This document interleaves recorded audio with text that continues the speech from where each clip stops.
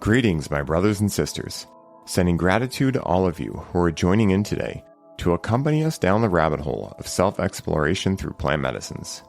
My name is Ryan Sprague, and I'm here to tell you that your frequency is now set and tuned to explore psychedelic medicines and the impact they've made among the countless psychonauts exploring the last true frontier.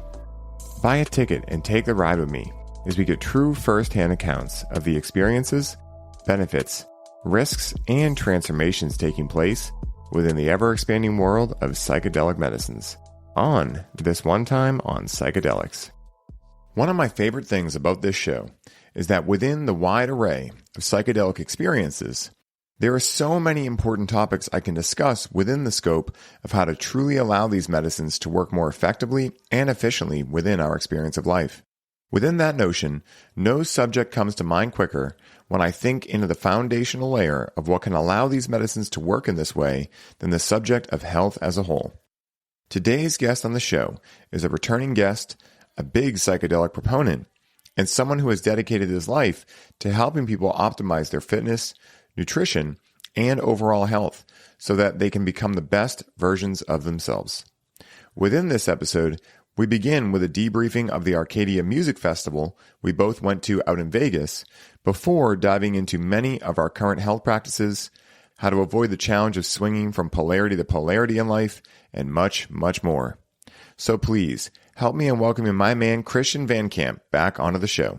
Christian Van Camp, my man. I am so excited to be back here on this beautiful day with you, man. It's been a little while since you've been on, so I'm super excited to dive back in. You know, for everyone listening, as I just said in the intro too, like we just went to Arkadia. I didn't even know Christian was there until I was in a very altered state. And a friend of mine was like, you got to meet someone. And I was like, all right, this is in the middle of a set. I think it was Desert Dwellers too. So I was, yeah, that was a good one. And she brings me back to you. And I'm like, what? How? All right, first of all, how do you know you? And how are you here? It was crazy. So, man, give me an update, bro. What's been going on in your world? Dude, since Arkadia, man, just a lot of hunkering in, actually, because I've been doing a lot of traveling because Las Vegas, Arkadia was hosted in the chaos of Las Vegas, man. That's just not the place I will ever live long term. Yeah, but it's so much fun to go to places like that because of that condensed energy. Shortly after, I ended up actually hanging out with Paul Chek, going to the Rainbow House, getting my certification in holistic lifestyle coaching too with the Chek Institute. Highly recommend anyone who hasn't heard of that, just please go to chekinstitute.com to start exploring. Or better yet, just explore Paul Chek himself through the Living 4D podcast. Ryan's been on there. That's a great one to peek into with the cannabis stuff. But yeah, hung out with Paul for about 5 days doing the certification in San Diego. Hung out in LA sometime, and this was about 2 months ago or so, and October, November-ish. And so now I'm back home in Arkansas, where it's really chill, Northwest Arkansas, and it's the place for me to hunker down and very much work on my inner fitness and fortitude and my vision quest and all that stuff. So I find it really fun, as you probably can relate to, really going on these big kind of Tim Ferriss, trips in a sense every 3 to 4 months and investing a ton of money into it for those experiences. And then, coming back home and working hard and doing the same thing. It's such a fun way to live. So that's what I've been up to, man. Traveling and back home. Dude, I love it, man. Yeah, I totally feel you. Like, first of all, yeah, for anyone, like, I try to mention Chek on here as much as I can because he's been a huge part of my development, a huge part of your development. Like, so many people I know, huge part of their development. Like, even if you guys never take a course with him, just go listen to his podcast. He's literally a living legend. And I highly recommend any of his workshops, any of his classes. Like, they're all just so epic. And like, dude, how cool is it that you can literally just go hang with a legend at his personal house for days on end? Like, it's the coolest thing ever. Like, can we not normalize that? Because that's like the coolest thing ever. Right. And he's just a wisdom ball, just everything we talk about in every moment. He's living his truth. That's the one thing we see in the industry quite a bit. And, there's a bunch of social media fanatics, quote unquote influencers that you meet them in the flesh and it's like, there's something that's missing, there's like their aura isn't really honoring what it exactly they're portraying online. And for you, man, it's definitely in full alignment. I mean, you and I have been chopping it up for over a year now and been good buddies online, and meeting in the flesh at Arkadia was just so explosive and fun. I turned around, I'm like, it's Ryan Sprague, we're here, man. And started lighting up a little joint and having a good time. Like, oh, such good times, man. Dude, it was epic, man. And likewise, bro, like I've had that experience many times now where I meet someone and like, it's not even necessarily like a bad thing. It's just curiosity wise. Like I meet someone online and they're kind of like we are, right? They're like super extroverted. They're talking fast. They're excited. They're full of enthusiasm, right? So I'm like, that's who that person is. And then I meet them in person with that type of energy, like, oh, what's going on? I go give them a big hug and they're just like, hey. And I'm like, wait, what just happened? You know, like, what is happening here? It happened the first time it happened. I thought it was just a weird anomaly. And then it kept happening. And I was like, all right, this is getting really strange. Like, what is going on? So, dude, when I got to meet you and it was just like, oh my God, I think we hugged for like 5 minutes, bro.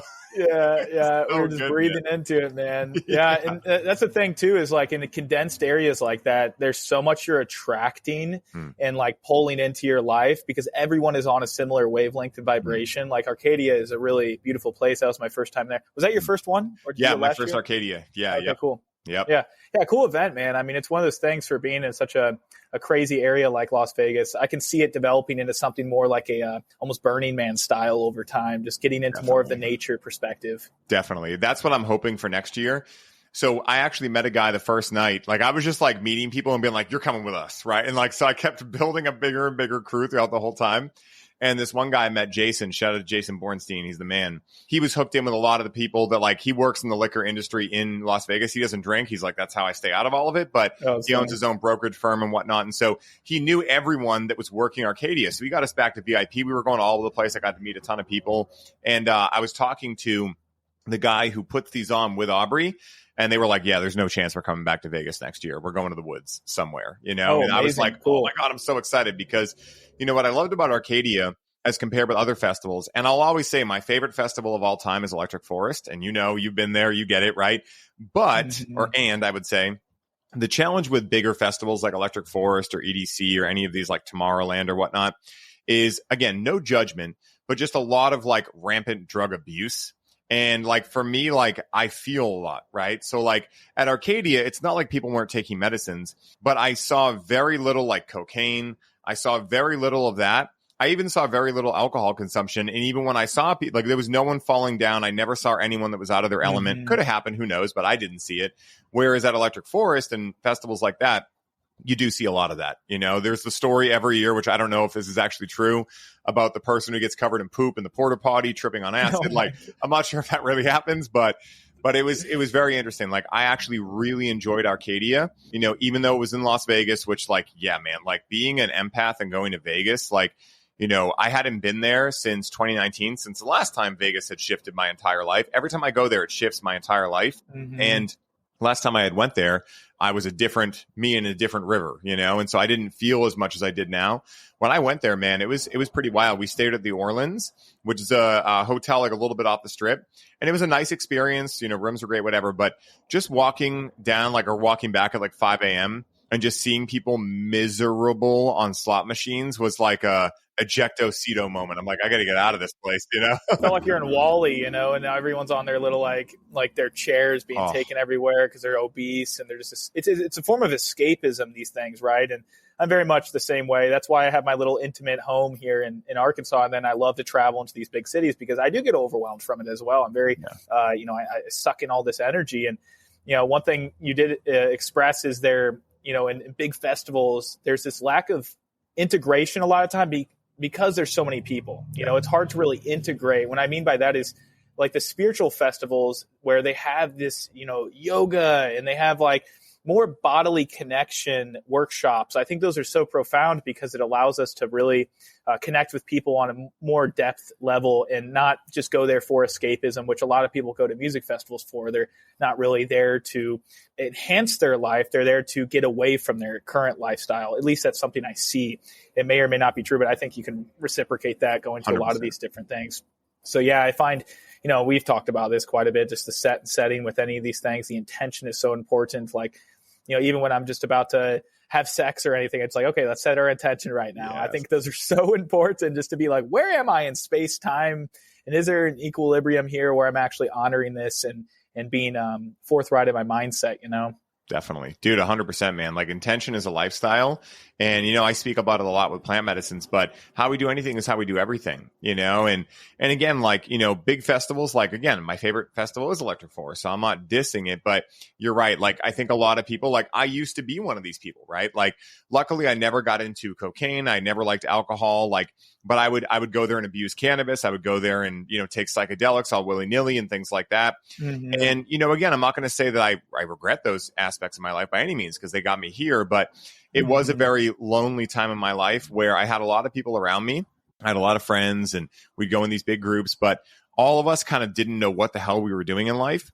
And so there was this great feeling the day we got there, right? Because like, oh my goodness, we have a mission. We have an objective. We're going to do this festival together. But then like the day that it ended, it was always like this insane crash, not just simply from like MDMA or whatever, but also because like I didn't know really what I was doing in life, you know? And so like this year going to Electric Forest was really powerful too back in June, because it was the first year I had gone, because I hadn't gone in 4 years or 5 years. It was the first year I had gone where I really felt like I was so excited to leave, because I was so excited to get home to like my constant festival, which is like my life, you know, like my business, the things I love, the people I'm really in alignment with. And very similar to you, like, you know, I enjoy, you know, I might not enjoy the winter, but I enjoy living in Boston because I know what to expect here, you know, like having traveled to many different places. The thing that kind of gets me confused in other parts of the country is that people aren't really blatantly honest with you. Whereas in Boston, someone's just going to tell you to go fuck yourself, right? If Yeah, they know right that, in front you know? of it. Yeah, Yeah. exactly. And like, I would much rather that than someone trying to pretend to be nice to me, but then say things behind my back or whatnot. Again, this is a generalization, but this is what I notice in many different areas I go to that are a little more flowy, like Cali, Austin, places like that. Again, I have incredible friends in these areas. I'm just simply generalizing what I see and feel when I'm there. And I'm not saying Boston's perfect by any means. It's definitely not, right? But in that one aspect that I find I value a lot, which is like, you know, radical honesty, I find I find it here much more frequently than I find it other places. Because I think that even though Boston's not looked at as a spiritual place, I think people are actually really spiritual. They just don't call it that, because radical honesty, ownership, accountability, those kind of things, they are spiritual qualities, you know? So I feel you, man. You got to like have that place, that sanctuary that you can go back to recharge and, you know, being around nature too. Like it's the perfect spot, you know? So I feel it, man.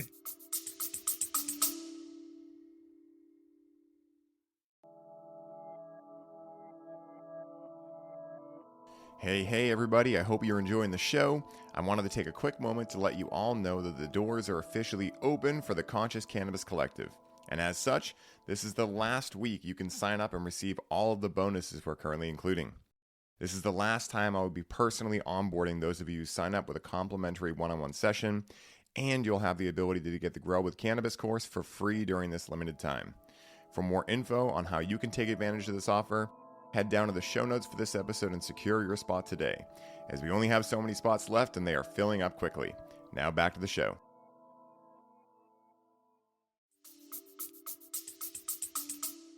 Yeah, absolutely. And I think it's important to have the divine balance of the two, you know, whether it is tech in nature or it's city in nature. It's like Jordan Peterson had a quote on this where basically you don't really understand the depths of evil until you understand the depths of good, you know, and you know, a lot of people, or I'm sorry, you don't understand the depths of good. I said that backwards. Unless you really know evil and see the side of evil, whatever evil may be in your eyes, you know, that's also like a very unique word, but like seeing the divine balance, the yin and yang of life allows you to really appreciate the moments where it is calm versus it always being stimulated. You're always in the city and people are always moving and talking about success and goals. And it's like, oh man, it's hard to really recharge if you have that consistently. So are you going to stay in Boston? You think you're going to stay there for some time? Or? Well, I will say that Austin, Texas is stealing my goddamn heart. And it's the weirdest thing ever. Like I will say that I don't plan on being there year round because I do not want to do a summer like that whatsoever. So like ideally, like I've gone through this. I go through this every day, Christian, like literally every day. I'm like, all right, what's my perfect ideal place? And the best I could find so far is somewhere like Austin or San Diego for like 4 to 5 months of the year. And then up in the Northeast in Boston, like this general area, not Boston, but like a suburb of Boston for the other months of the year. Because in my travels, the only place I've found that I like as much as Boston in the summer, like spring, summer, fall, is like Oregon and Washington. But that being said, like I have like, you know, a really solid crew out here. I have my Virginia crew that I go see all the time. I'm 10 hours away from them. Virginia is actually really nice. Like I could totally see myself being there because I enjoy the season change. Like I always say I would stay in Boston or Virginia or whatever until like the first of the year. And then I'm ready for tank top and shorts again. And I'd go to like, you know, somewhere like that. But that's kind of what I feel is kind of like by location, because I feel that, you know, again, like a San Diego or an Austin, like there is so much going on. And there's like a great, like, exponented rate of being able to grow your business or make connections or these kind of things. But like you were saying, life is all about polarity, right? And finding the middle way or the balance in between those poles. And so like, I wouldn't want to be somewhere that, knowing me, I love being stimulated. So like, I know that I would stay in that environment all the time and just keep going. And I know that for me, I do need that opposite side to balance it out. And, you know, that's like really how all of life works as well, because I tell people all the time, like when I'm coaching cannabis stuff, it's like you can't really even understand cannabis unless you understand sobriety, right? And you can't really understand sobriety and its strengths and potential downsides if you don't understand what an altered state is. And so you can literally extrapolate that into any aspect of life. Like you don't know what a good diet is until you know what a bad one is, right? Like, you know, like people that grew up eating really healthy, they may not know what a bad diet would feel like. So they're more likely to maybe fall into that, you know? So yeah, it's so interesting, man, seeing these polarity shifts throughout the world right now. Yeah. And I know you and I both have had a divine intervention of the two throughout our lives with sicknesses, with party mode Ryan, party mode Christian. I've been through all of that. And now I'm just like, okay, it's like you said earlier, like I'm not, you know, judging or feeling bad or guilty about the decisions I made in the past with going out and experimenting. It's actually like one of those things that's so priceless with who you are today, you know? And yeah, it's never looking at anything as really negative or bad or good. It's all of our perception on it. That can get into some deep philosophical kind of Marcus Aurelius talk, which some of you guys probably dive deep into. But yeah, it's important to philosophize for sure. Dude, 100%, man. You know, it's like one of the things that I feel most people don't have the space for in their life because maybe they've never been instructed to have the space in their life. I mean, I'm just figuring this really out like recently is just space to be, like just space to really like be quote unquote bored, you know, like for many of us, we don't give ourselves that space because the space can be scary because then the boogie people come up, right? Like the parts of us that we've been neglecting, you know, the parts of us that maybe we've been ignoring, maybe we've been told are quote unquote bad, you know, any of these kind of things going on. And when you don't give yourself that space to be able to actually like tune in and really check in with yourself, it's a recipe for waking up 20 years later with a Corvette in the driveway and realizing you're out of alignment, you know? And so that's one of the things that I luckily got to see firsthand in people around me and realizing like, you know, I'm grateful that I was a very go person for a long time. I still have patterns of that. It's a great button to be able to hit when you need to. But I also really enjoy this new button I've been able to craft in my life, which is like slowing down, being present, etc. It's super powerful. One thing I've been doing lately that actually goes right off of this over the past couple months is post-workout, generally speaking. But if I'm not working out, I still practice this 10 to 20 minutes minimum. That's all it is. I usually set a timer for 20. But I simply just lie on my back, kind of yoga nidra style. I believe Huberman talks about it as like non-sleep deep rest, NSDR. But this is actually different than that because a lot of those protocols like yoga nidra and non-sleep deep rest, you're actually trying to transfigure your brain waves to be more at the kind of just like bliss state where there's no thoughts, right? Now that could be more like theta in a sense, but actually with this active mind, passive calm body response, usually I do right after a workout, which is actually tremendous for recovery too, is just spending 10 to 20 minutes minimum on your back, calming and just going back to the breath is I think in full sentences. So if I'm having like thoughts, I try my best not to just divert and, you know, have all these spontaneous thoughts. Like, I do my best to think in coherent full sentences and focus on 1 to 3 different topics specifically. So like if it's post-workout, I just got done. I'm like, oh, I'm kind of tired. I'm going to lie down on my back. No music, no sounds, complete silence is best. You want zero dopamine response from anything external. And you can, well, at least what I've experienced is I sync up to this kind of beta wave, alpha wave state, which is a little bit more alertness. And I really focus on, okay, what is my intention? What has been weighing down on me lately? What can I focus on specifically? Okay, it's this project I'm building out, launching in 2 months. What can I think about with that? Okay. And then I start getting really creative. And this is when the creativity emerges. Like you're talking about having this yin in your life. Us as creators and anyone out there who wants to be a creator or entrepreneur, that peaceful state is where you start creating. It's actually not the state where you're thinking. It's all the crazy downloads you get from zeroness, you know? That's what I've noticed is when I have these moments in time, 10 to 20 minutes a day, sometimes I miss it, but I really focus on that usually midday. So my mind is even more alert too. And it's wild the quote unquote downloads I get from the ether of just like what I'm going to create in my life. Or even I'll start thinking about what is the house I want in the future. I'll spend 10 minutes just thinking about the house I want and exactly how it's going to be designed and what I'm going to create for my life. So getting very specific on one to three topics in that time span, zoning in on it, it's powerful. Have you ever done anything like that before? Or? Dude, so that's really cool you mentioned that. I've never done specifically like right after the workout, that type of thing, but I do that a lot when I'm in the sauna. Oh, sauna yes. For me is like, I do it every day. It's amazing. I bought one of those little small steam saunas. It's fucking awesome. Oh, so you have like a full, does it get up 180 or something like that? Fahrenheit? Yeah, exactly. Yeah. And it's amazing because, what I don't like about infrareds is like, whenever I get in them, you gotta like they heat up for like 2 fucking hours. And then like when you get in there, it's like 130 degrees, right? I know. And you really get the detox benefits though with the sweating. That's what I've noticed. I actually just got out of one a couple hours ago. So dude, they're great, bro. Like what I they're great, but I totally love the heat shock, man. It's like nothing else tops it. It's the best, bro. Like my ritual when I'm done with work each day, because like you're in a similar boat to me, and I imagine many people listening are, like you're in a position where you're listening to people, you're supporting people all day, you're hearing their challenges they're working through, and it's very easy to take that stuff on, and so what I've done is I've crafted a ritual where right when work's done, I go heat the sauna up. I get back to like any little things in 15 minutes that while I'm waiting for the sauna to heat up, which is the best part of it. It only takes 15 minutes to get to like, I don't even know how hot, but the thing is hot as shit. You got to send me the one you got, man. Dude, I got you, bro. It's awesome, man. My buddy Bill gave it to me or sent me the link that he got.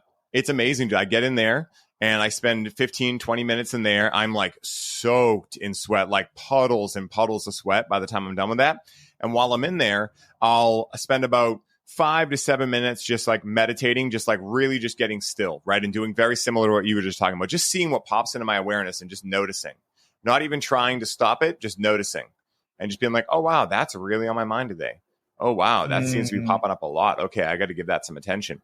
And so I just sit in there. I kind of see what's coming up. I take inventory of kind of where my energy's at, where my thoughts are at, et cetera. And then from there, what I'll do is I'll do like by that part, I'm usually pretty sweaty. So I'll do the big 6 lymphatic drainage system. And I'll do like also like, to my testicles and everything. I go kind of crazy. I get Troy Casey with it. And so I go through that. And then I'll go through like 5 minutes of breath work. And dude, I don't know if you've ever tried to do breath work in a sauna, but it's challenging, man. Dude, it is. And it's the one place I was talking to my buddy Aaron Abke about this. Like sometimes I can wake up in the morning. I always rip breath work in front of the red light nude in the morning. That's like one of my morning rituals. And some mornings I can really blast off like to a level where like I fall backwards and I'm like, who even am I type level. But that doesn't happen too much anymore because I think I've stabilized. I've done it so often for so long now. But I was talking to Aaron and he was like, dude, the one place I can still blast off? And I was like, let me guess, the sauna, right? And he was like, yeah, dude. Like, bro, if I squeeze too hard in there when I'm doing breath work, like it gets scary, like straight up. But I'm in complete darkness and I do a round of breath work and really just like focusing on flexing the perineum on the way up, expanding everything quality over quantity, and then breathing everything out and vacuuming my stomach. And I'll do that for like 5 to 6, 7 minutes, whatever, do a big squeeze. And then I get out of there. And then I go take an ice cold shower. And then my newest thing, bro, and you're going to love this, is I lather my body head to toe in tallow. But not just any tallow, bro. Have you tried this brand, Fat Marshmallow? No, bro. Dude, what's in that? This is the lip balm right here. But dude, it is amazing, bro. It smells like cake frosting. My dog loves it. Like he started licking you, I'm sure. Dude, you probably lick yourself later if you're hungry, Literally, bro. It's like flavor savers, but he literally will sit outside the door and whine. And the second I come out, he's like going for me. Like he's just like, he's like, how much can I get off of you before you like run away from me? And dude, the stuff is amazing. So that's like my nighttime ritual. And then from there, I'll get into like, whatever get into for the night. But yeah, those practices are super powerful because especially for people like you and I imagine, again, many people listening that have a lot of stuff going on. And when you're an entrepreneur too, there's never a point at which you're like, oh, I have nothing I could do. Everything is done. There's always like a million things you could do that are so tantalizing, So having a system where you can turn that off is really powerful. I love it, man. Yeah, it's the stacking variables, philosophy I'm really big on is like, if you're going to work out, how can you stack a variable of, I don't know, putting on a podcast that you wanted to listen to earlier or, anything you can really stack variables with. If you're going on a walk, you're like, okay, I need to get back to, messages on Instagram or whatever. If you're, getting back to media, we'll take advantage of doing both of those. Now, it's not necessarily saying keep go and stacking all these things so you can never stop the masculine energy, but really in the sense of like, okay, if I'm going to do breath work, why not just tie it at the same time with my sauna or with my red light therapy? Or if I need to read my book, I'll do my red light therapy with it. There's so many ways you guys can stack variables, which is so cool. It's also really cool when you stack it when it comes to like entheogens or just like any sort of like supplements or things that are definitely cognitive enhancing. I love doing those kind of things too. Like methylene blue, we talked about, I believe, last time, right? Did you ever try it? Yeah, dude, I'm on it every day now. That shit is amazing. Yeah. Are you doing like a lower dose, like 5 to 10 milligrams or something like that? Yeah. I've experimented going up to 15. I haven't done any higher than that, but it's been really profound, man. Like stacking that with like really high quality shilajit and then sea moss, like those three things together have made a huge cognitive improvement in me because about 3 or 4 months ago now, actually 4 months ago now, my buddy, Dr. Jason Ganzuk, you know Dr. Jason, I'm pretty sure as well. He's through Czech or whatever, but okay, cool. But he's a great buddy of mine, and we've been doing an HTMA protocol together since like April. So I've had like, hair tissue mineral analysis tests done, and I just got my third one back. But when I got my second one back, my sodium and potassium were fucking cranked. And he was like, listen, man, what's your typical day-to-day schedule? So I tell him, and I was like, I was doing a double shot of espresso in the morning, and then I would do about 1 or 2 grams of kratom throughout the day just to keep me going on these like 12 to 14 hour call days. And he was like, listen, man, you got to cut that right now because your nervous system is showing like it's very stuck on. So I cut out coffee, I cut out kratom, I cut out every stimulant. And so like there was a couple of weeks where I was like, oh my goodness, this is going to be challenging to keep the schedule up. But then I started getting into like, the brain octane oil, which I hadn't touched in years. Got back into that. Got to be careful with that stuff, though. For sure, you will definitely evacuate your whole body if you have too much of that. I was going to say that. Yeah, you got to be careful with that. But doing that, and then these couple of things. And then also, I've been on a couple different nootropics. This one, Avapaxin. That one's really good. It's got alpha GPC in there and acetyl L-carnitine, things like that. But yeah, those things together have been really powerful with the methylene blue, the shilajit, et cetera. So yeah, it saved me, man. And now like I literally have more energy than I've ever had in my life, completely stimulant free. It's crazy. I love it, dude. I've been on that rodeo for a little bit too, right around that same time, about 3-4 months ago. I've dialed back on caffeine. I still have it 3 to 4 days a week intuitively. Maybe 2 to 3 cups, but you're like, of course. Yeah, I fucking love caffeine. Like stacking the electrolytes beforehand with magnesium and L-theanine, glycine even, making those calming neurotransmitters like GABA, improving all that with the caffeine is a great duo. It just is so nice to almost kind of numb the intensity that comes with the caffeine. But anyways, with all that being said, I'm very much in the same rodeo. I've been microdosing mushrooms a lot more, so that's been serotonergic. Stacking that with acetylcholine boosters like the alpha GPC, and then also some of these other guys like the GABA I brought up, and just having these kind of calming neurotransmitters stimulated. It's so fun to play around with it. Like our bodies are test tubes, and every little molecule you put in it, you'll just enhance something. Or I love visualizing that, and the whole physiology of what's going on. But yeah, man. One thing I was going to bring up too, have you experimented with the whole ice pack and sauna thing on the balls? Have you done that yet? No, I don't even know what that is. Dude, so I actually have been reading up on this a lot because I'm obsessed with saunas. Yeah. And my new hack when I go in saunas, I'm just going to bring an ice pack and keep it on my balls because the heat is actually something to think about and consider when it comes to, your sperm count and all that, because they don't like the heat, And so I was like, obviously, I mean, why didn't I think about this before? But I heard some podcasts on it and some guys talking about it. Obviously this isn't something necessarily tested or like studied. Who's going to study a bunch of dudes lining up and putting ice packs in their balls and ones that are not? Here's a control group not putting an ice pack on them. No one's going to fund that. So a lot of this stuff you really have to guinea pig, man. Right. And so, no, it was interesting. I just wanted to bring that up. That's a cool little quote unquote hack is you can bring an ice pack with you and put it in the balls and maybe put some like organic material over it or whatever. But yeah, that's something that's interesting. Dude, I'm down with that, bro. Testes don't like that heat, I mean, it totally makes sense, man. Like when I clicked into using the sauna more often, because I used to do a lot of Bikram. So I would do Bikram like 3-4 days a week. And Bikram's awesome. But for me, and I'm not going to say this for everyone, like for me, way too easy to hurt myself in there because I go in there with a very like fucking masculine, like, let's fucking go. And it's a very masculine. Breathing heavy and like pushing through it. And yeah. Like, dude, I remember going there on like 95 to 100 degree days here in like the summer. And there was like 2 other guys in there that were really fit. Like there's a lot of like older people that go and whatnot that have had hip replacements, knee replacements. So there was 2 guys in there that like us 3 would always talk. And we never said we were in competition with one another, but it was totally obvious. We'd be sitting there like about to pass out. Like I'm literally getting cold in class, which is like definitely not a good sign.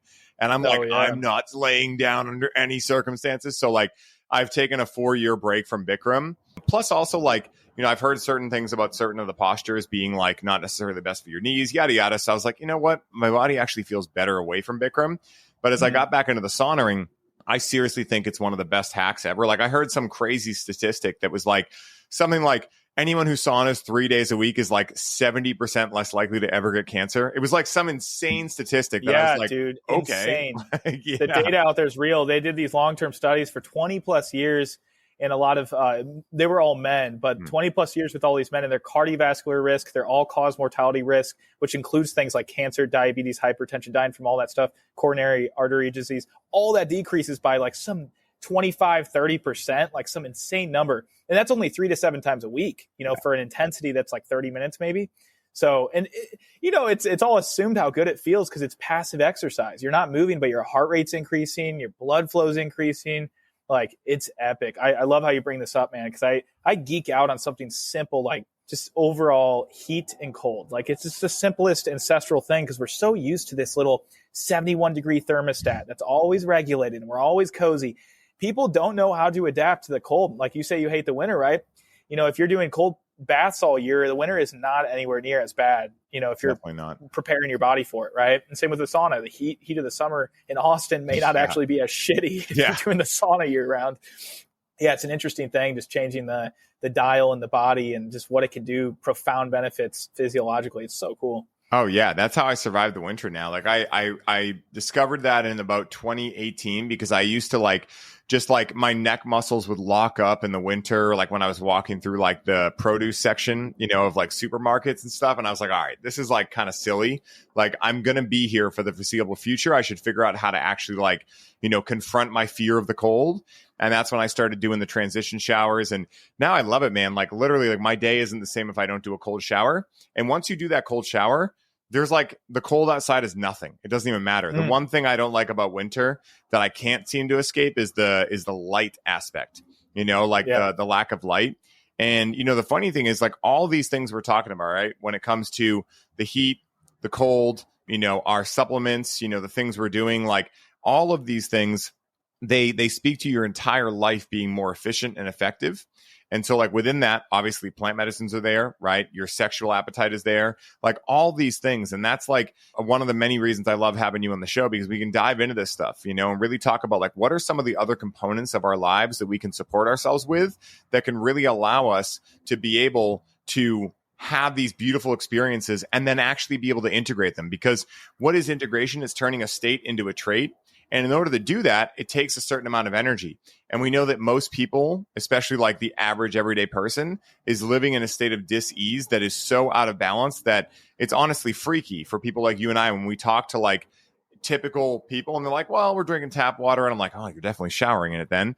Right. And then like, all these things. And again, there's no judgment. It's just like so interesting to see, like when I worked at the dispensary, there'd be so many people that come in that are like, cannabis isn't working for me. It must be that your flower is not good or these kind of things. And I'm like, okay, well, the dispensary I worked at definitely didn't have the best flower, but I'm like, let's look at some of the other things going on here, right? Let's look at some of the things that maybe are behind this. And every time it was like, how much are you sleeping? Like 4 hours a night if I'm lucky. I'm like, how do you expect anything to be working good just with that, let alone the TV dinners, let alone the toxic relationship you're in, let alone the alcohol? Like, I mean, it's just crazy, man, And so, well, it's like the people that are driving with their masks on through the drive-through at McDonald's. It's like, what are you doing? Do you not see the hypocrisy? Like, it's hilarious. It's entertaining, if anything. I actually get very, very, there's a deep-rooted anger in me I've been working through for many years of my life. And I carry that onward. I think, I know it's beyond think. I know it's from my father, and I know it's from different masculine figures in my life. And you can see this in Jordan Peterson. There's a deep-rooted anger in every time he speaks, or sadness, like a deep-rooted, his words are profound, but there's something bothering him deep down with everything that he speaks of. And I catch myself even in moments when I stub my toe and I'm like, fuck, shit, and all that stuff. I'm like, whoa, Christian, what is this? There's something in you haven't resolved completely and you're still working through it. And I guess my whole point of bringing that up is just like a lot of these things that I think we're overwhelmed with is truly start with the physical body. You don't need to get all spiritual and go on a crazy retreat or anything, dropping 3K, 6K, whatever. Start with something simple. invest in a simple Berkey water filter. That's like the straightest thing you can do. That's $300, $400 tops. Save up money for a water filter, eventually save up for just a little bit more organic. Maybe stop shooting for some of the inorganic apples from Walmart, go to natural grocers or a local farmer's market. Just baby steps, and a lot of these people actually, I don't think they even know about these things. That's the main thing too, is they think, a lot of people, there's a questionnaire, there's a study on this, and they have a question saying, hey, how healthy do you feel on a scale from 1 to 10? A lot of people answer that way higher than what their parameters and blood markers are saying. Like, people think they're healthier than what they are actually, or they eat healthier than what they actually are eating like, right? And I meet people like this all the time. A lot of clients I end up having, they're wanting to prioritize, dude, I just want to get this fitness plan down. I want to really work on some of these mindset strategies and dial in my sleep. And they're like, I don't really want to work on nutrition. I'm feeling pretty good in that. I'm like, okay, well, I still want to do a 24-hour recall. I still want to go through some of these things. So share with me what you have yesterday. And they're saying things that are really, like they're having a lot of oats that are inorganic, which are sprayed in glyphosate. They're eating that alongside some egg whites, which is no nutrients. It's just the egg white. And it's just like little things like that people don't realize. Yeah, they're quote unquote whole foods, but they're nutrient void, or they're loaded up in backlashes of toxins like heavy metals or sprays. So I think if we can really just oversimplify and communicate it like you are with your programs and your way of life, that's really what's going to make the biggest potent impact on people's lives immensely. It's just the simplification. Don't jump over dollars to get pennies. Don't major in the micros, or major in the minors. Dude, 100%, man. It's like, I tell everyone, like, start with the ultimate basics, right? What food are you putting in your body? What water are you drinking? How much light are you getting? And what is your sleep like, right? Like, those are like the 4 basics, right? And moving your body, right? That's another one. Five basics. And then hitting a little bit of, sacred organic tobacco with mugwort and catnip. Yeah, I saw you hitting that. And I was like, I wonder what that is in there, Yeah, it's nice, man. To get a little bit of a nicotine boost in the afternoon. Oh, definitely, dude. Like, nicotine's another one that is such a wild red pill for most people to recognize. Like, nicotine is not actually what gives people cancer, right? Like, they actually, Harvard did a study in 2015 that found that nicotine is not addictive whatsoever, which is pretty mindfucky, right? Like, I've always said that. I'm like, I don't feel addicted. I've put off the lozenges I've had made with essential oils for weeks now, and I just hit a little bit of tobacco here and there. Don't feel like a craving. So yeah, I totally agree with you. Yeah, it's interesting. I watched this very interesting episode with it was called The Antidote. I don't know if you heard about this, but it got its rounds. Aaron Abke sent it to me. And it was all about how COVID and all these things that, whatever this thing was that happened the last 3 years was actually all snake venom, and how the cure was nicotine. And immediately my ego was like, see, I told you were on nicotine for a reason, hilarious. Right? But for me, like, nicotine is, when I think about doing a stimulant these days, caffeine to me, it picks me up too much, because I wasn't putting MCT oil or other things that could, more balance it out. So you're doing the raw cold or black coffee. Yeah, pretty much. Yeah, exactly. And I would do a little bit of raw milk in there too when I was doing the espresso. And because I do like that rush. Like, I'm an Aries, right? So, like, part of me likes that. Bro, like, that makes oh sense. Shit, So I would enjoy that. But then, like, my energy is already so high that I feel like all it would do is just pick me up a little bit and then drop me below my typical baseline. So then all day I would be unconsciously trying to get back to my baseline. And that's when I realized, like, this is kind of silly. Whereas nicotine, what it does is it actually doesn't energize me. It allows me to focus better.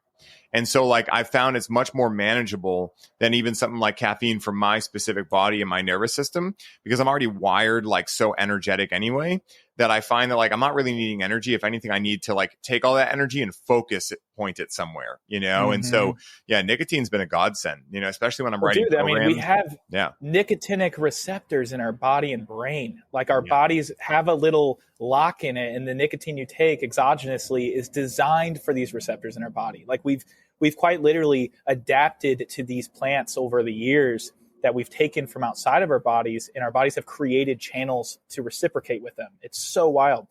And so caffeine, on the other hand, just blocks adenosine receptors, right? And that's what makes you feel awake, is it's blocking the sleep receptors, basically. Mm-hmm. So it's making you feel more conscious and aware. And the studies out there are so profound on it, preventing Alzheimer's, on it preventing, even Parkinson's. They relate to with the nicotine and how it can boost your brain function to that degree. So, but I mean, even with coffee, dude, the longevity studies on coffee are profound. Like, if you drank 3 to 4 cups a day, they say it's decreasing your mortality rate by like a tremendous amount as well. So these are all tools, man. They're all tools. Exactly. People, they're overdoing the tools. They're medicines. They are true medicines. Just like cannabis and your whole philosophy, like take 3 to 5 days off minimum and see how you feel. If you feel like you can't go over 3 days, which is such a great pointer. I've used that for a lot of people. You pointing that out. I think that is such a good point. If you can't go over 3 days without coffee, without, even things like pornography, and that's something I don't want anyone to touch. But if you can go 3 days, okay, you're getting to that point where you're cultivating. You can't really cultivate a healthy relationship with pornography. That's one of those things to stay away from. It's just not good for the brain. Yeah. But, my point is just like anything in life, like I love dates. I love dates. Mm-hmm. I love not dating. I love dates. Like I love medjool dates. I love Deglade Noor. I love Halawi. And if I can't go 3 days without it, I need to rethink the date discussion, So I think it's really important to analyze these types of things so we can cultivate healthy relationships with it, not just say, no, that's bad for me. I'm never having that again. Definitely. 100%. Even with alcohol, I had a ton of mezcal this past weekend. I love mezcal, by the way. You don't wake up with hangovers with that stuff, but it's smooth. Like if with intention, with all these things, it can really bring up some goodness in life and actually health. Even though it may not be healthy, it can actually maybe long term provide a hormetic stress, which is, hormesis is basically a stressor that what doesn't kill you makes you stronger type idea. Like you wouldn't want to sit in an ice bath chronically for hours and hours. It would really shut down your nervous system. Same goes for sauna. You wouldn't sit in that to the point where you're like, oh, I'm going to pass out. I'm going to just stay in here. Like it's going to kill you. But these short-term stressors are great for you. So, that goes for everything in life, even with nicotine and caffeine. Yeah, this is, I think, the biggest challenge in society right now, Christian, is that, how we're speaking about this. I imagine there may be even someone listening right now who's like, wait a minute, but I thought those things were bad. And if they're healthy, why are they doing them, right? Well, this is the challenge in society, right? Is that we were talking about earlier, polarity, right?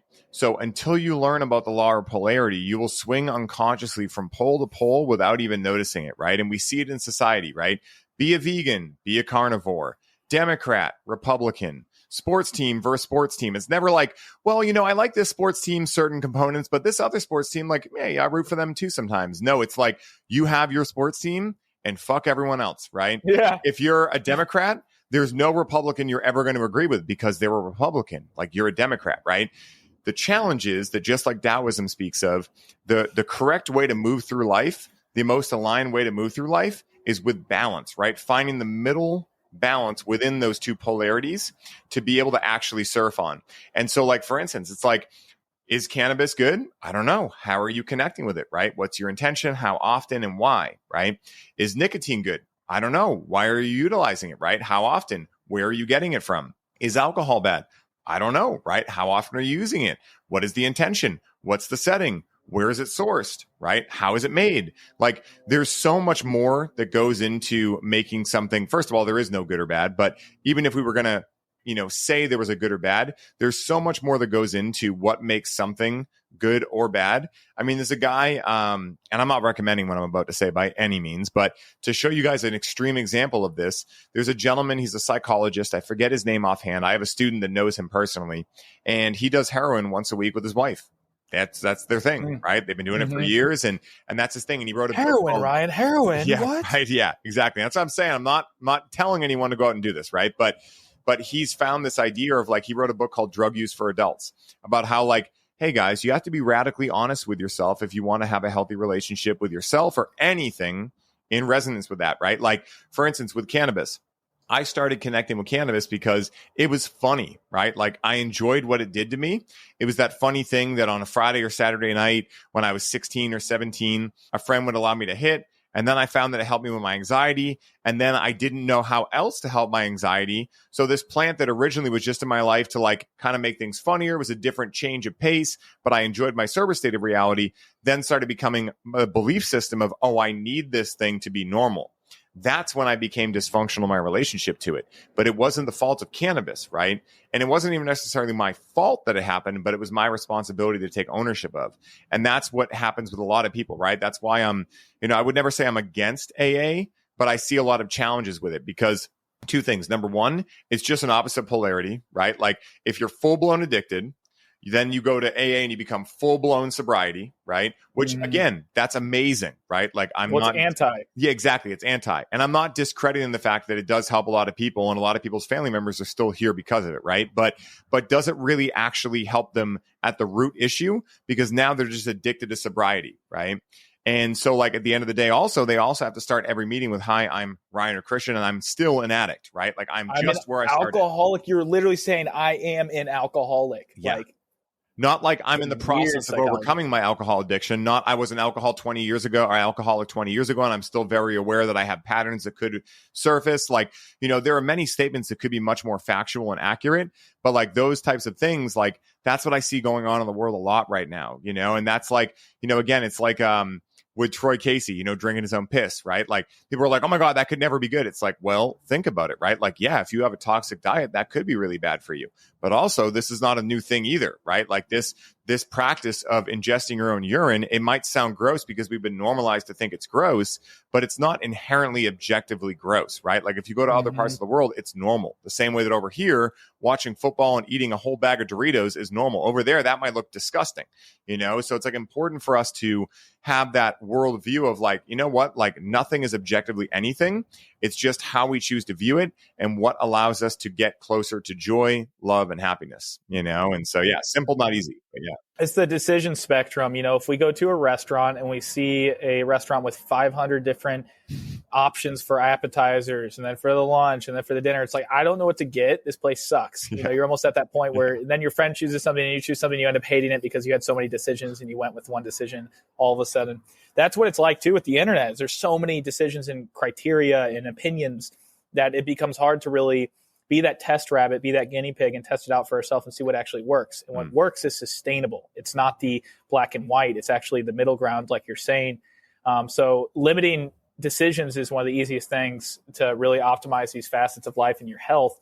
I'm actually right now, I'm 3 days juicing right now. So I've actually been juicing. I want to test things out. So I'm really big on an animal-based diet to preface. Ryan and I geek out on, sustainably resourced regenerative meats and just eating nose to tail and all the fun shit, bone broth and liver and beef and all that stuff, eggs, raw butter, right? But, the thing is, there is a certain level where tonification is required, which is found in traditional Chinese medicine. And tonification is basically allowing the body to be flooded with certain nutrients that typically are from herbs and plants. And so, being able to lighten the body per se through these types of foods and the cyclical nature of almost like a plant-based diet with high quality nourishment, easy to digest, none of the vegan fart ideas. Yeah. and then doing the cyclical nature of the grounding fats and the satiating saturated fats and all the nutrients that come with those, animal-based foods. Because if we overdo it, like let's say some people is not a polar type. Let's say their origination from ancestry is actually from some descent in Africa and it was super jungly. The predominant part of their ancestors was like that. Well, them being on a long-term polar diet, which is my European descent, I'm super Dutch and German. Like I do really well in these high-fat animal-based foods. But if I'm doing that chronically every day, like I love a pound of beef and I've been eating this way for a while, a pound of beef a day, eating like 6 eggs a day, eating some butter a day, eating coconut oil, all these satiating, heavy, quote unquote, heavy foods. I feel out of balance if I do that chronically. And so I go through this like, intuitive nature. I haven't done like a quote unquote fast or a juice cleanse where I'm juicing all the food that myself with maybe celery, carrot, even onion occasionally, just doing things like that. And I've been doing this for 2 days now, eating an avocado a day. And now I'm going to segue my next 2 to 3 days into a hardcore water fast. So I kind of like gave myself this little detoxification, tonification through these juices, light fats. And now I'm segueing into this more pure fasting state. And then I'll break it with maybe something like some sockeye salmon to get that easy to digest protein. But my whole point is bringing all this up is, if we really tap into the intuition and the intellect of our bodies, not the intellect of our mind, and stop creating all these label makers on everything. Everyone has their little label maker and they print out, this is good, this is bad, vegan's bad, carnivore's the best. Because that's the world I'm in, is pro-carnivore. I'm just in with all those people. And then I realized, wait, actually, what started me on this journey? It's the curiosity and it's the open-mindedness. Let's hold on to that, not get dogmatic.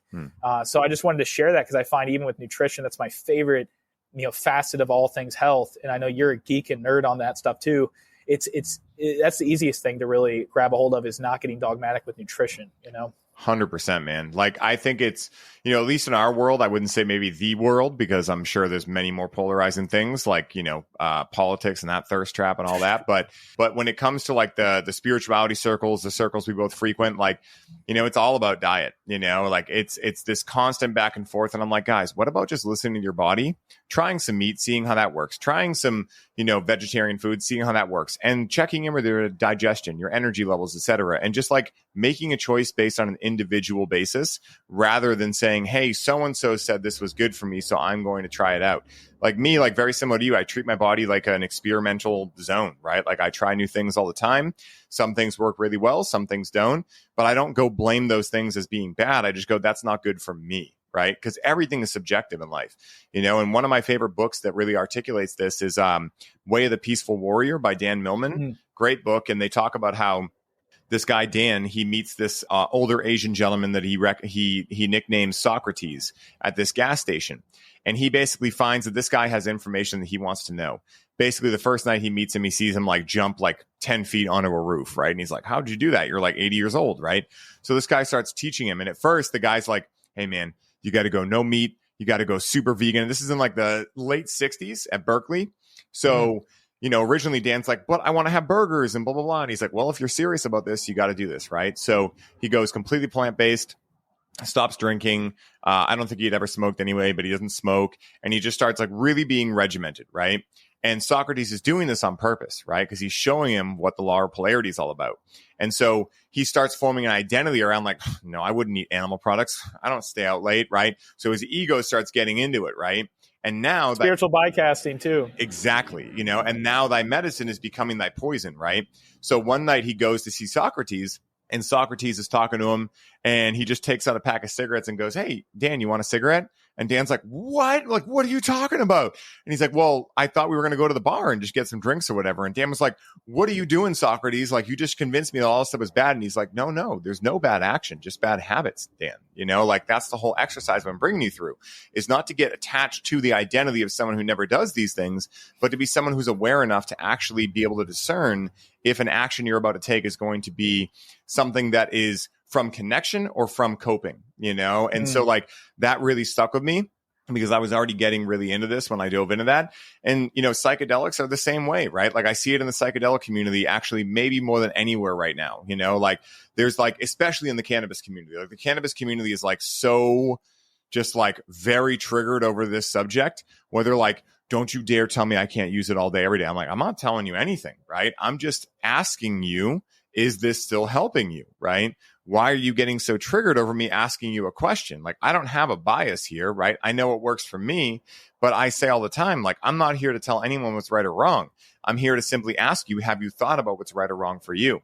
And so like with psychedelics, with all these things, and a big part of the reason I made this show is because if you're always just doing the psychedelics, right, then you're avoiding the integration and like the assimilation and all the stuff we're talking about here, right? Which like all of this stuff when it comes to diet, sleep, exercise, quality relationships, hot, cold, sunlight, all these things, they all work to help you be able to have deeper experiences just in life in general, especially with psychedelics. And they also help you be able to integrate deeper so that your entire life becomes more psychedelic. And for me, I want to have my cake and I want to eat it too. And the only way I've been able to find to do that is to create a life that is the psychedelic. Because then I don't need necessarily to feel as though I need psychedelics to have a psychedelic experience. I've just created a life where every day feels like a psychedelic. Some days are much more of the, oh shit, I took too much type feeling, right? Like shadow work days. And some are that, oh my God, I just touched union with the creator, complete bliss days. But again, if we can start really like illuminating how each day is an opportunity to have a psychedelic experience, to be healthy, to really feel on top of the world, then we stop needing to externalize our power onto other people's opinions, thirst traps like the news and politics, and also, coping and just numbing out with plant medicines. It's like this full spectrum system that, it's like as I've dove deeper into it and, spoke to so many other people like yourself that are also on the same type of trajectory, it just seems like Taoism was correct, right? Like the middle way is always the way. That's the best I can find. 100% agree, man. It's so true. And, going back to creating your why, creating your purpose, because you aren't just handed this purpose by God or source or whatever great spirit word you want to use, is, we aren't just handed this purpose and like, hey, take this on a silver platter, go on in life and just follow this. It's a sense that we have to actually converge the intellect with the soul, and the soul, well, that starts with like, what did you enjoy as a child? What already comes natural to you without force?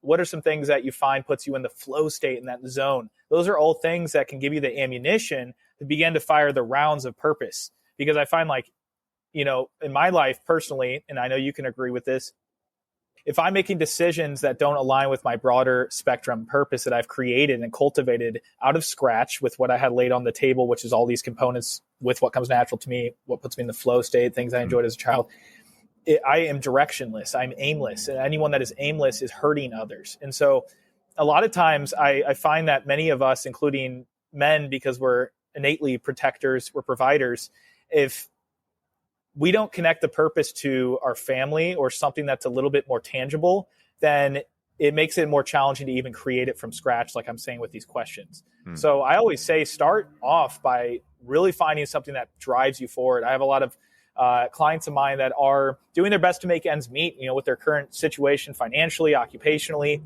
And the thing that drives them to continue working and working towards a purpose or entrepreneurship, because I work with a lot of entrepreneurship or entrepreneurs and high performers as well. And the thing that gets them back to things, which is still, by the way, in the material realm. So make sure you remember that if you do connect your purpose to your family, that shouldn't be the only thing inspiring you. Your purpose should come before your family, which sounds kind of twisted and like, egotistical, but it's not. It's actually a spirit-driven thing. You have your own soul and your own body. And if you, put something outside of yourself, like your family as your main driving force, that can collapse. Because if your family dies and you're stuck on this planet, then you're going to want to die. And that's not good fate. Right. So my whole point though, is use it as maybe a temporary crutch or something that can really incite getting into that true core purpose. Using your family or people in your life that you really are just wanting to provide and protect for them. And this is speaking towards men specifically, but for women, this also comes into play, really have a major driving force. And this could be in the world around you or your spirit that gets you that momentum to make these decisions of balance in the Tao. It's really easy to fall into the traps of online people that are very convincing through things like podcasts or, just swiping and scrolling on Instagram. You see a reel and your whole opinion on the world can change in a flash based on one 1-minute video you've watched. So be very protective of the stimuli you're intaking. So that way you can make that balancing act. Definitely, dude. 100%. Like, nothing is truer than that. Like having a deep enough why will allow you to bear any how. And let's face it, there are a lot of hows that pop up in life, right? Like there's a lot of like things that pop up that if we can't contextualize them within the experience of our life and why they matter to us, then we end up becoming the victim of them. Because then life happens to us because our ego is not going to want to overcome a challenge that it can't see why the challenge is actually going to benefit. Like that's not going to lead to anything positive in life. One of the first things I'll have some clients do, like, and I'm sure you found this too, like some clients, especially men, I ask them like what they want in life, and they'll either tell me everything they don't want, or they'll just be puzzled, right? Because they've been outsourcing their power and putting their family first, or putting XYZ first, their parents first, or whatever it is for so long that they actually don't know what it even means to put themselves first.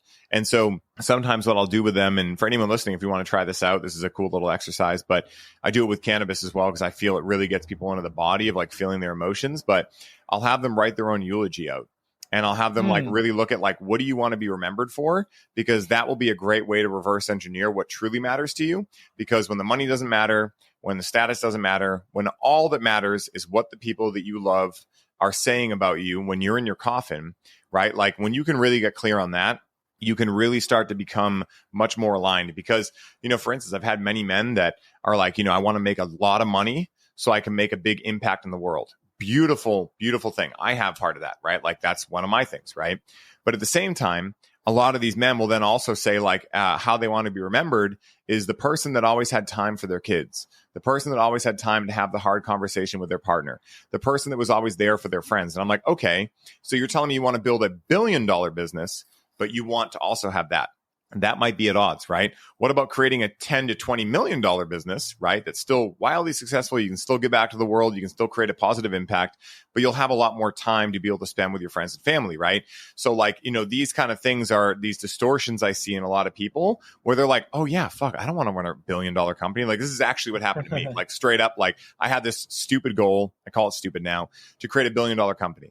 And then I realized like, that's not really the lifestyle I want, like I want to be successful. I want to get back to the world, but like, I want to have a lot of time to be able to go like really help people and like coach and do these things. And, at that level, like your life is so structured that you really can't do a whole lot outside of that. I've been fortunate enough to meet a couple of billionaires, and they've all told me the same thing. Like, hey man, if it happens naturally, cool, but I would never set out on that mission. Like it's the wrong compass or wrong North Star to set. If it just happens, cool. But at the same time, like, having that awareness of what truly matters to you, it's everything, dude. It's everything, because what's going to get you up, especially in your world, right? Like you're having a lot of men that I imagine are coming to you. Maybe they're unhealthy. Maybe they're already pretty fit, but they want to hit the next level. Like whatever range that is, they're going to have to, there's going to be some hows to that, right? Like they're going to have to maybe get up earlier than they usually were because they're still working their 9 to 5 job, right? And they are maybe going to have to spend some time on weekends instead of watching football or hanging with their friends. They're going to have to spend it meal prepping. And so if their goal is just like, I want to have a 6-pack, that might work for the first couple of weeks, and then that's going to fall away, right? But if they're like, no, this 6-pack or this body or this like health that I'm looking to manifest, this represents me being able to walk my kids down the aisle when they get married. Like, okay, now we're starting to tap into something deep, right? Like, because it's not just about the kids, it's about you being able to walk them down the aisle, which matters to you, And so like this why, it's everything, man. And I feel it's one of the main things that a lot of people just don't even think about. It's pretty crazy. Yeah. Do you ever dive into the Ikigai stuff? I like that. So I've heard mention of Ikigai. A couple of my students did it, and I get like kind of a gist of it, but could you explain it? Because I would love to hear more about what it is, and also some listeners, I imagine too, if you know offhand kind of like what the general gist of an Ikigai is. Yeah, I mean, the basis of it is basically connecting your purpose to something that is like far greater. It's basically everything you said.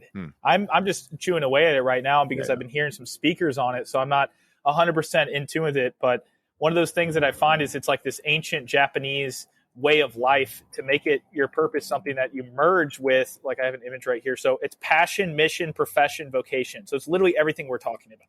Dope. So it's like what you are good at, you mesh with what you love, you mesh with what the world needs, and then what you can be paid for. So it's literally all the things. What you're good at, what you love. So what you're good at is what comes natural to you, similar to the purpose we said. What you love is related to the question I mentioned, what did you enjoy as a child? That's innately in your heart, what you love, right? I love going out in nature. I love looking at all the butterflies and stuff and playing and hiking. Cool. And then what the world needs. Well, me liking that isn't really going to change the world. So we'll connect it to, how does this purpose connect to God and spirit and people? Well, that's what the world needs, right? And then what you can be paid for is the biggest thing that I think in this day and age, we really do need to look at that. Because if we want this to last and make it sustainable, having some reciprocity from the world through financial currency can make it sustainable. Because if you're spending all your time making art, but you haven't established how do I market this, how to make a business out of this, how do I love doing the art, and I'm really good at the art, and people really enjoy the art, but how do I get paid for this? That's the question, right? So it's merging the passion, mission, profession, and vocation. So it's really cool. I mean, it's just the concept of reason for being. That's what Ikigai translates to, is reason for being. So yeah, I find that super cool to geek out on stuff like that. Dude, I love that, man. Like, I love all these types of things. Like, I've been really getting into gene keys. Rachel is a berserker for astrology too. And she's been finding some really weird stuff happening with human design and all these things. Like, I am just ferociously You said curious. You're a projector? Projector, yeah, 5-1 projector. Yeah. Yep. How about you? That makes sense. You can just talk forever, man. You're just magnifying what you know to the world. That's great. Do you know what you are off the top of your head? Yeah, I'm a manifesting generator as like the basis of it. So, do you know what the numbers are offhand? Oh no, I need to look back into that. I haven't delved into it in a minute, so that would be something to look into. Yeah, Rachel's a 6'2" Manny Jen. I came up with a funny saying, Manny Jenny. I don't know if that's an actual thing, but I just thought it sounded fucking adorable, so I keep saying it. But yeah, it's like these ways of understanding self. Like, it's almost like this, right? Like, think about, for anyone listening right now, if you find someone that you are really attracted to, not just physically, but emotionally, mentally, spiritually, and you go on a date with that person and you really like see a future potentially with this person, you're going to want to know every detail about them. So why haven't you thought about that with yourself? Like, why haven't you like gotten really curious? I mean, I'm on a psychedelic podcast right now. Everyone's probably like, we've done that, dude. That's why we do psychedelics, right? But again, like it doesn't only happen with psychedelics, right? Like a lot of the ideas and the things that create the more powerful intentions come from some of the footwork you do before an experience, right? Dive into your gene keys, dive into human design, dive into astrology, do an ikigai, do any of these kind of things that can give you some curiosity within yourself, right? Of like, yeah, why am I here? Like, you know, there's 5 questions that a Kabbalist asks himself every morning, right? Not a cannibalist, that's a different thing, right? But a Kabbalist, right? Those that practice Kabbalah. And it's who am I? What am I? Where do I come from? Where am I going? And what is my purpose? And the practice is you ask yourself these 5 questions every single morning, right? As part of your morning ritual.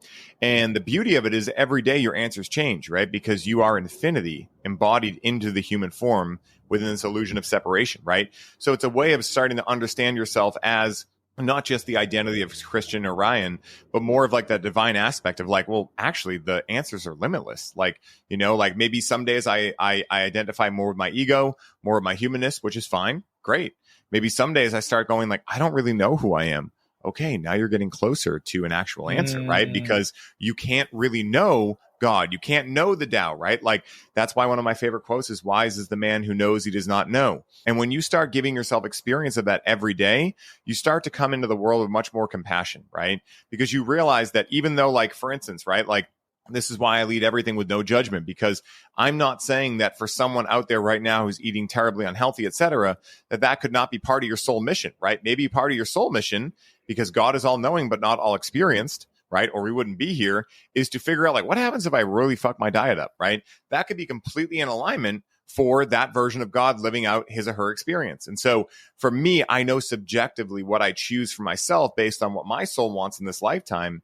But I'm also very aware that I don't really know anything, right? That nothing is objective, that everything is subjective, that the blue I see that I identify as blue, that's not an objectively I know blue type thing. I don't know blue. I know what my subjective experience of blue is.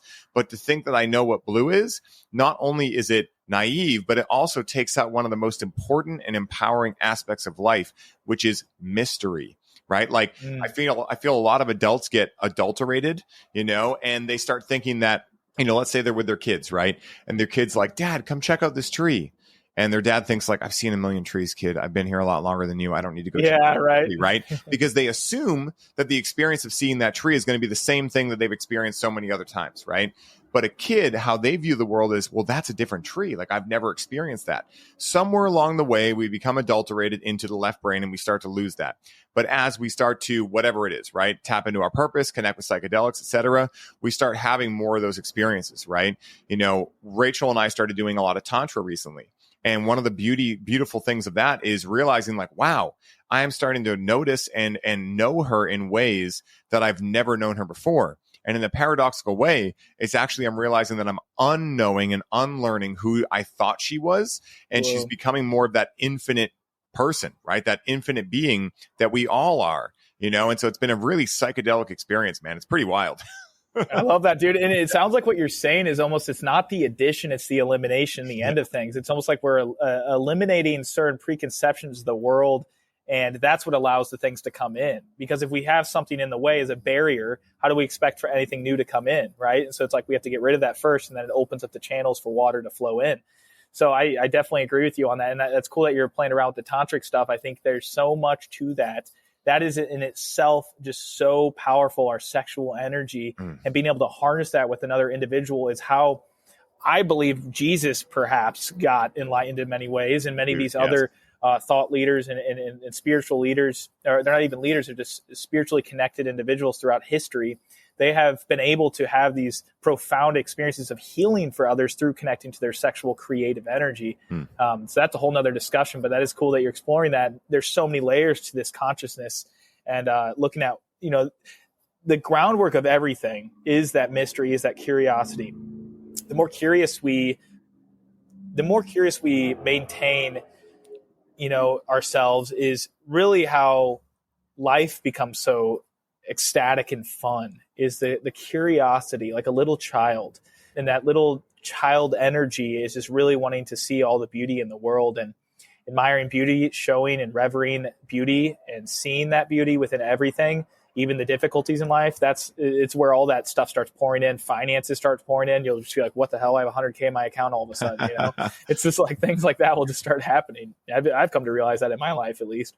Oh, dude, 100%, and that's like, isn't it great to recognize that like one of the biggest thirst traps in the world is thinking that the point of being here was to ever know anything, or that you could even ever know anything. Like headiness, right? It's so silly, man. And like, it's one of the most like weight off my shoulders thing I felt when I'm deep in psychedelics or deep in meditation, where I realize like, dude, there's no figuring this out. Yeah, it's like, I don't know shit. It's like at the same time, you can be a part of everything and have an understanding and a wisdom that comes from that. But at the same time, to understand that like even that, the second you try to emote it and make it like and start to express it, you come back to your subjective reality that tries to express it, right? So like when you're deep in meditation or deep in a psychedelic experience, you can access the all, but the second you try to put thought to it, it becomes the something again, right? So it becomes from no thing into something. And the second you do that, fear arises with that. Exactly. Because with the addition of something, there's now the awareness of that something no longer being, right? AKA death and things like that. It's such an interesting like thing that like roller coaster, if you will. And that's why like, I really think that a lazy river depicts like the way that a powerful life is lived. Because what is a lazy river, right? You're going down, you don't really know where you're going, but you got the float, you're good. And hey, some rocks come, but if you freak out, you're going to fall off the raft and then be in the river, right? So all you got to do is figure out like, what is the buoyancy I have and how can I just flow with this and push myself out that rock, give a little more momentum and then continue going down that river, And so that's how I choose to view life now. Simple, not easy, right? Like by no means am I there all the time, but the more I remind myself of this, the more I get back there, and it's a practice like anything. Yeah, talking about it is the most important thing. So if you're someone out there, it's like, man, I don't have these types of people. And this is what got me into really connecting with like-minded people like yourself, is truly just expressing who I am online. I think that's a beautiful thing to take advantage of. Everyone has a little, supercomputer in their pocket. How can you use that creative energy we're speaking of and provide something for the world that that other people could benefit from? And that can lead to whole other avenues of networking, connecting, and then meeting your high vibe tribe, right? Because I find that that's like one of those things that I had for many years is the lonesome chapter, which a lot of us go through as entrepreneurs, is this period of time where we are no longer in alignment with our overall previous friends, and we're growing outside of that. So we're like emerging outside of them. We're like, okay, they're still drinking, they're still wanting to go out, still wanting to watch obsessive amounts of sports, whatever it may be. How do we like embrace that lonesome period so then we can actually start going to that point where now we're head to head with the people that we looked up to, and now we're in full alignment, and now these people aren't clicking anymore, let's go to the next level, right? And you're going to have periods of that throughout your life, at least if you're on this growth journey and this personal development journey, because I've come to big time that's happened in my life the past several years. It's just these kind of little evolutions and meeting people that are high vibe, and it's like, okay, stay at that frequency. I know you can get down on yourself, you're feeling lonely, you're feeling like no one's in this with you. And then you realize when you go on the internet and find the right people are thinking the same as you. You're not alone. You're not a crazy kook thinking that, mushrooms are going to save the planet or whatever it is. Dude, it's so true, man. I tell everyone like the best thing you can do is be fully yourself as soon as possible, right? Like if you don't believe in COVID, say it, right? Because the people that you're wanting to like attract into your life are the people that are also going to agree with that, right? So the people that don't, doesn't mean they're bad people or anything. Let's not go there, right? It just means that they're not your flavor of ice cream and you're not their flavor of ice cream. So you're not doing either of you a good justice in trying to like be a people pleaser and say, maybe I kind of believe this, but maybe sometimes I don't. Just like, no, just go out there and say exactly what you mean in love, right? And say, hey, this is how I choose to view the world. And the people that really resonate with you when you're radically honest, you'll know are actually your flavor of ice cream. But if you go out there and you try to like, people please and things like that, when you speak to everyone, you're heard by no one. One of my most powerful quotes I've ever heard, because it's so true. And I had to go through that, chapter as well of like, trying to not like say anything that was going to offend people and then just be like, you know what, fuck it. If someone gets offended over what I say, that's their work to do, not my problem. Yep. Right. And that's another thing too. If you speak with compassion and an open heart with the truth, combine that as with it too. Because some people can speak truthful, but man, they are mean about it. Oh yeah, and dirty about it. I've had past relationships with that, and it's like I'm a little boy getting wounded by your words. Just be nice to me. Say it in a way that's kind. But it's true. I find like if you can speak compassion, merge that with the truth. But in the end, speaking truth is love, because truth is love. It's synonymous. So I mean, if you're really speaking truth, you're speaking with an open heart and a loving tonality. So, and that goes into a whole nother thing just about communication and the 55-38-7 rule. Are you familiar with this? No, I don't think so. That's cool. 55-38-7. There was a study this guy did. I believe he did either it was a questionnaire poll of like hundreds of thousands of people, or there's an actual study, but he come to find out that 55% of our communication is understood through our tone of voice. 38% is understood and reciprocated through our body language. And then the last little tiny 7% is the words themselves. And this goes into the fact that when we're texting, we're totally cutting off tone of voice and body language. And that's why I love voice memos, because it throws in the tonality, which gives that 55%. I think that's such a beautiful way to communicate is this. You and I do it at all. And we said like 3-minute ones. And we're like, God damn, I got to take a second to listen to this, go on a walk, stack variables, But it's true, dude. I love the voice memos. It's such a good way to really reciprocate energy. And, even just like, anything with like video format too, there's something beautiful about that. You can see the body move, you can hear the tonality, you can hear the words, the inflection. So, that's just what I was wanting to express going off of what we said regarding, communication and speaking truth is that tone of voice is everything. Because I've had, people, including myself, I've communicated things in the past where I haven't honored that tonality. And I've just said the words like, this is it, and it's just like, whoa, that person takes offense to that. And it makes sense that they do, because I wasn't speaking with that tone of love. So 100%. Cool man. thing though. Yeah. It's like, I think texting is one of the things that it's great. Don't get me wrong. Like, I'm happy we can do it, but I always send voice notes. I tell people right away. It's not time management wise. That's my productivity brain though, more than anything. 100%. It's like, dude, I can just fly one out for 15 seconds versus just like typing away at my fingers, like trying to get that down. Once I figured out voice texting, I tell everyone now, like, listen, I'm only going to voice text you. If you have an Android, I'm going to hit you up on Instagram, because I refuse to break this rule. An Android. Who still has an Android? Yeah, who still has an Android? If you're out there with a green screen popping up, all right, just get an iPhone so I can voice note you, Funny. But Christian, you're the man, dude. This has been so much fun. Where can people find you? Where can they connect with you? If you have anything upcoming that you want the people to know about, definitely drop that. We'll have it on the show notes, but I'd love to hear it right from your vocal cords, bro. Where can people find you? Absolutely, man. Well, I appreciate it. It's been an honor being on here and chopping things up. So you guys can reach me at cvcwellness.com. That's Christian Van Camp, cvcwellness.com. Everything's on there. Also, I'm very active on Instagram out of all platforms, but I do have a YouTube channel. Everything is at CVC Wellness. Twitter's been something fun lighting up lately too. I just tweet about 5 times a day, some really cool, helpful stuff on nutrition, on philosophy, on fitness, a lot of things behind my noggin that I'm just like, oh, I'll put that down. Twitter's been a lot of fun growing that.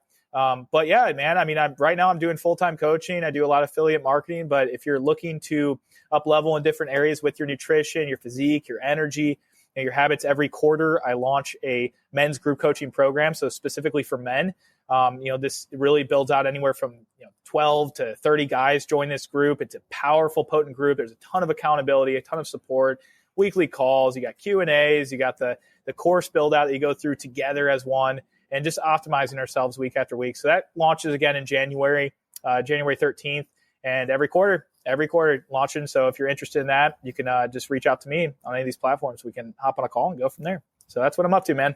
Dope. Christian, you are the man. I always love having you on, bro. I can't wait to have you on again.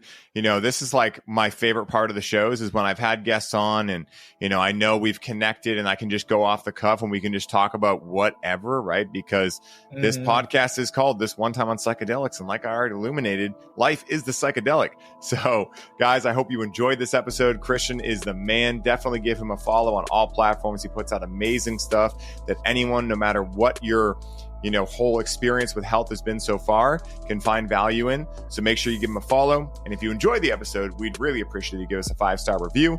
Helps us get the show out to more and more people, which we love. And we are super appreciative of it. So thank you guys. Hope you have the best day ever. May the force be with you to infinity and beyond. Peace, people.